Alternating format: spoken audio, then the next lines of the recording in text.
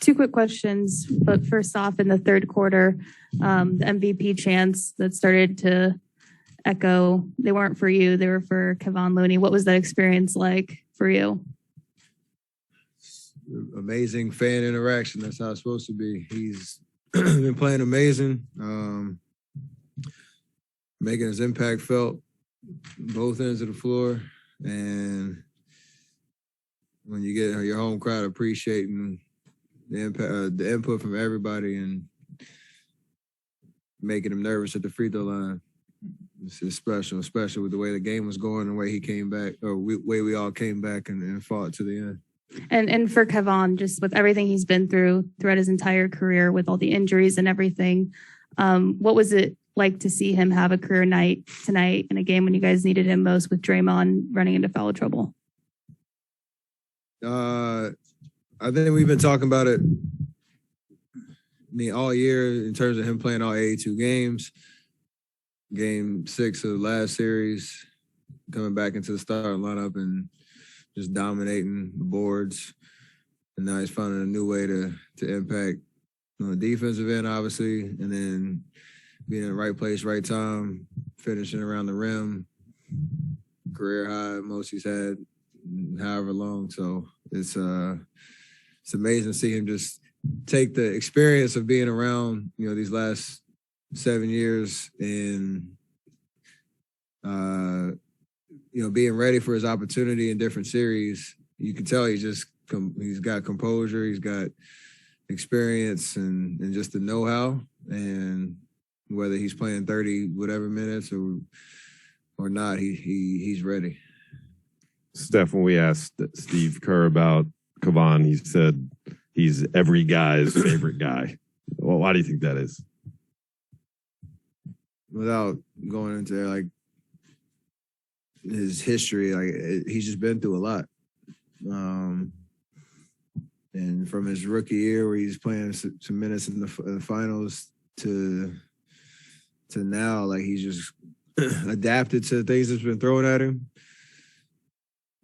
You could tell how this year him being available was the biggest thing he wanted to accomplish, and you can see we see the work that he's put in to making that a reality. And now in the playoffs, just taking that next step. He brings a lot of joy to what we do in the locker room. He's kind of I call him like the muse in the locker room. He kind of just has a great demeanor about him. Man, he's the bridge to the vets and the young guys. It's pretty awesome to see him, adapt to that role. Steph, 2 questions for you. You've been playing, really well in the fourth quarters. Did that make the wait longer this time? You got in about 6 minutes. That was almost a full 6 minutes, maybe for the first time in this playoffs. That's the flow of the game, and it's amazing to see. We all know this is a team game. This is the ability of everybody to step up, and the way the game went. In the second quarter, try to hit a couple shots to keep us in it, give us some life. 14 points, and then we battled back to be down 2 at the end of the third. Our defense was amazing. And that first 6 minutes, JP, Loon, Otto, Clay, they all made great big shots and gave us, a nice lead where we could steal a couple minutes here and there. Got back in and we were able to finish the job. So the confidence that we have in everybody who's out there to step up and make plays, you feel that flow and you don't want to kind of interrupt it, even though those are important minutes. JP, Loon, Otto especially, they did their job and helped seal that win for us. What's been your obsession with bedtime in these playoffs? I have no idea. Keep telling I don't choreograph none of that stuff. It's just kind of just having fun. And I think you talked about having kids. You know how bedtime routines are important, and it's the final signal for a job well done that day. So pretty special.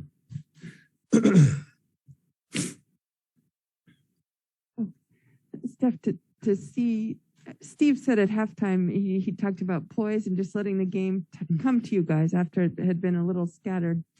in the first half, and to see that third quarter, that's you guys shine in third quarters, and then for Otto to hit that three to take the lead there. What did that feel like, that moment, like momentum shift? I think you got to start with how the game kind of began. Like, we knew they were going to come out aggressive and making shots. They didn't think it was going to be that hot. No matter what we did, it seemed like they always found the right guy. The right guy had no hesitation to shoot it, and they were making them from all over the floor. I think 15 threes in the first half. It felt like a lot, but also you look up at the scoreboard, we got it down to, I think, 2 at one point, and it ballooned back up, and then we got it down to 14. And 14's for us is more than manageable if we come out and influence the game, starting on the defensive end. And you give a team like that 13 points, or limit them to 13 points. It wasn't like a flurry, but it just seemed like we regained the momentum and slowly, methodically kind of walked them down until that point. Like, the first 6 minutes of the fourth quarter was, kind of the real momentum shift. They gave our crowd some life. It gave us life, and allowed us to run away with the win. Steph, when you guys are going on a run and you know that it's coming, you guys have been through it so many times, can you sense the inexperience from their side? Maybe not panic, but that they haven't been here before compared to you guys having been here before. Can you sense that on the floor? No, it's not that. It's just the supreme confidence of what we do. You don't really know what they're talking about in the huddle. You don't really feel what's going through their mind. It's just you have imposed your will. And for us, like, the experience and just the chemistry. Obviously, this group is different, but we have that attitude and spirit. Like, we feel like we're never out of it.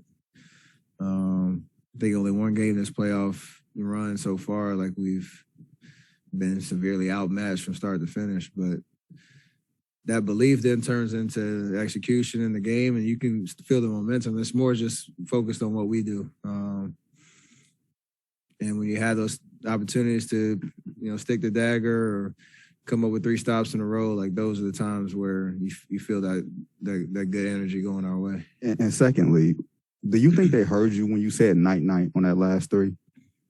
Because you were right in front of Dallas's bench.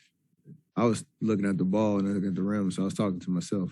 So I don't know who heard it, but it's a good way to finish the game. And we got to take that to game 3. That's not choreographed at all. That's just in rhythm. You just decided to say that? Absolutely.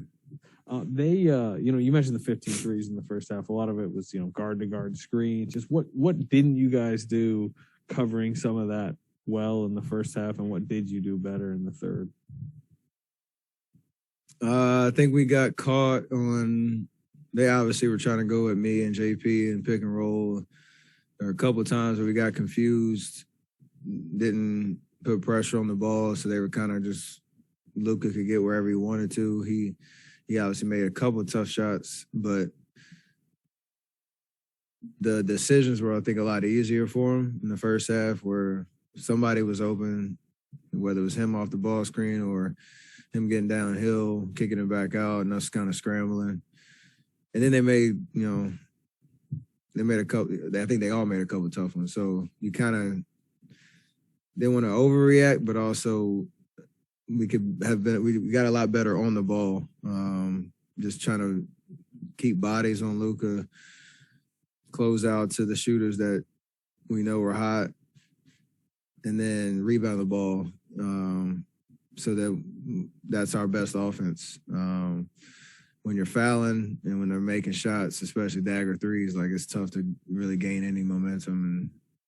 And I think it shifted our way. Steph, are there times when you're feeling maybe the defense isn't all the way focused on you as much as it has been, and maybe a little bit to Jordan? There's at least one play where you took it down the left side of the lane, and Brunson just took half a step to you and then ran out to Jordan. You didn't have the open lane to him. He wasn't helping on you. Do you remember that, or are you feeling this a little bit where the floor is slightly different because Jordan's out there? Absolutely. And he's more than capable as a ball handler and a playmaker to take advantage of that. There are times where me or Clay are off the ball and we know they're not really going to leave us. So help side defense isn't really there. And he's amazing at taking advantage of that, getting to the paint, crafty finishes. There's a couple of times in transition where I remember at the end of the second quarter, he was coming down the left side. Everybody's focused on him and his speed getting to the basket. He found me on the right wing and I knocked it down.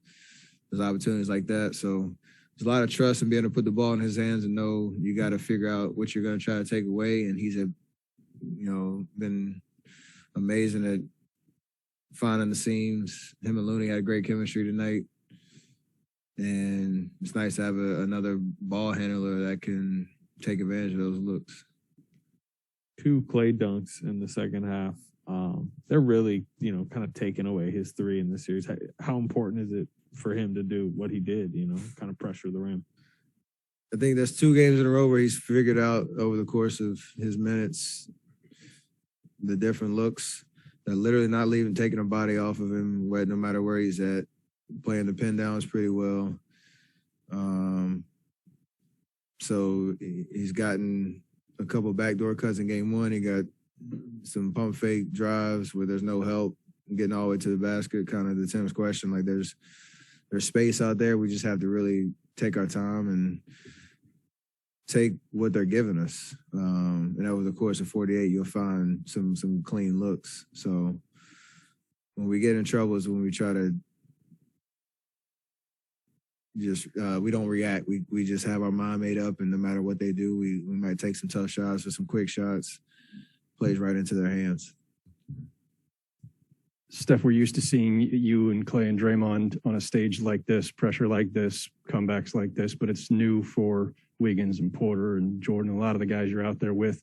What are you learning about those guys in moments like this, games like this? And do you think you can kind of sense the bravado you guys who have been there before bring to the table, that kind of seeps into everybody and raises them a little?